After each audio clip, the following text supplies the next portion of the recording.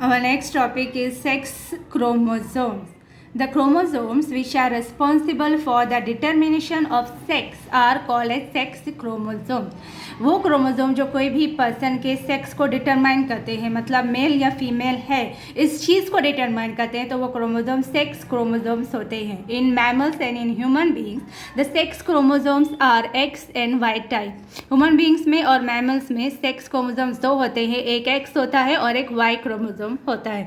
इसी sex chromosomes का structure देखेंगे. We know that the chromosomes have two parts. They are called as chromatids. Each typical chromosome consists of two chromatids held together by the centromere.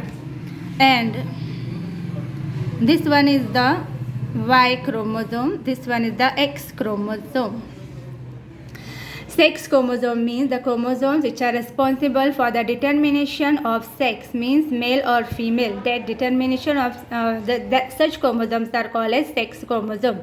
This is X chromosome and this is Y chromosome. X chromosome is metacentric chromosome, means in metacentric chromosome the centromere occupies the central position and the two chromatids are of equal size, whereas the Y chromosome is acrocentric chromosome. Acrocentric is the chromosome in which one chromatid is smaller and the another chromatid is larger. Such chromosome is called as acrocentric chromosome. So the Y chromosome is the sex chromosome. It is acrocentric chromosome, and the X chromosome is larger than the Y chromosome, whereas X chromosomes and Y chromosomes have some similar parts. That similar parts are called as homologous region. X और Y chromosome में कुछ reason ऐसे होते हैं, कुछ हिस्सा ऐसा होता है जिसको होमोलॉगस रीजन कहते हैं.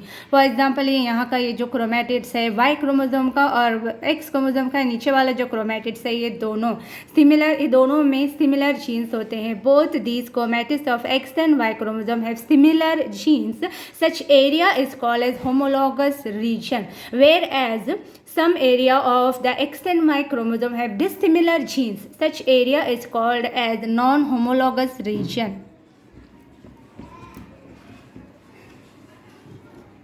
Homologous means, homo means same, logos means derived from location.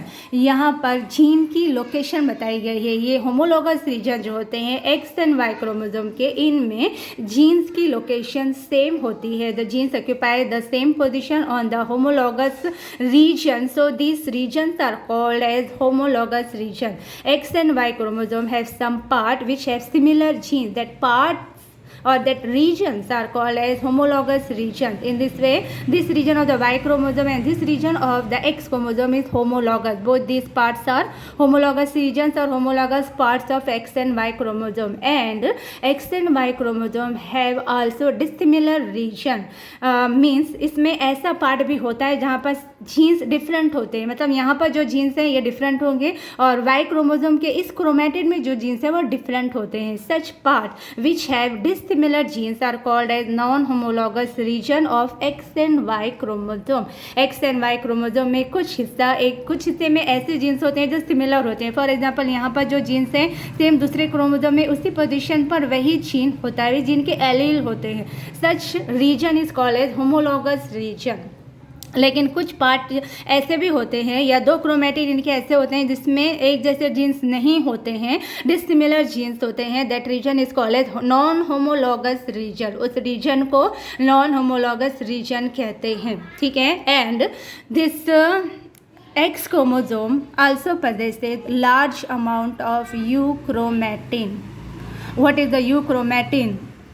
X chromosome में ज़्यादा अमाउंट यूक्रोमैटिन का होता है. यूक्रोमैटिन क्या है, देखिए, जब भी कोई माइक्रोस्कोपिक स्ट्रक्चर होता है इसको माइक्रोस्कोप में देखने से पहले उसको एक प्रोसेस से गुजारते हैं. उस प्रोसेस को कहते हैं स्टेनिंग. स्टेनिंग में ख़ास किस्म का स्टेन यूज़ किया जाता है. Stain means a colourful solution. ये बहुत सारे साइंटिस्ट ने बहुत अलग अलग स्टेन्स को बनाया है. तो ये जो माइक्रोस्कोपिक सेक्शंस होते हैं उनको एक प्रोसेस से गुजारते हैं, उसको स्टेनिंग कहते हैं. इसमें कुछ देर तक स्टेन में रखते हैं, उसके बाद उसे अल्कोहल से धोते हैं, उसके बाद उसको वाटर से धोते हैं. ऐसा एक प्रोसेस होता है. तो वैसे ही अगर हम क्रोमोसोम की स्टेनिंग करेंगे तो स्टेनिंग करने के बाद अगर हम उसको माइक्रोस्कोप में देखेंगे तो हमको कुछ पार्ट लाइटली स्टेन दिखाई देता है। लाइटली स्टेन यानी कि बहुत लाइट कलर का दिखाई देता है, और कुछ हिस्सा हमको बहुत डार्क कलर का दिखाई देता है। मतलब some part of the chromosome is darkly stain and some part of the chromosome is lightly stain. The lighten area of the chromosome after staining is called as euchromatin, whereas the darken area of the chromosome after staining is called as heterochromatin. जब chromosome की staining करते हैं तो staining करने के बाद कुछ हिस्सा हमको लाइट कलर का दिखाई देता है, उसको यूक्रोमैटिन कहते हैं, और कुछ हिस्सा डार्क कलर का दिखाई देता है, उसको हेटेरोक्रोमैटिन कहते हैं।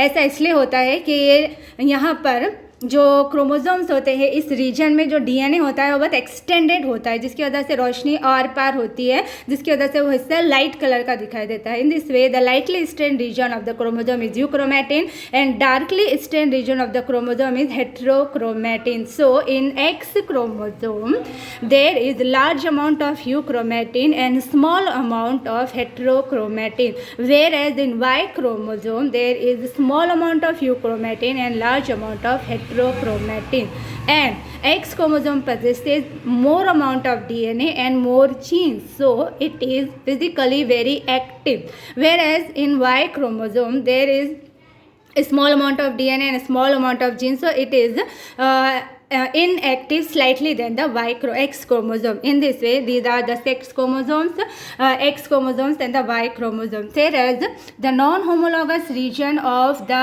X chromosome possesses some genes. अब ये क्रोमोसोम्स हैं, इनमें जीन्स होंगे, तो वो जीन्स जो नॉन होमोलॉगस रीजन में होते हैं उनको एक्स linked genes कहते हैं.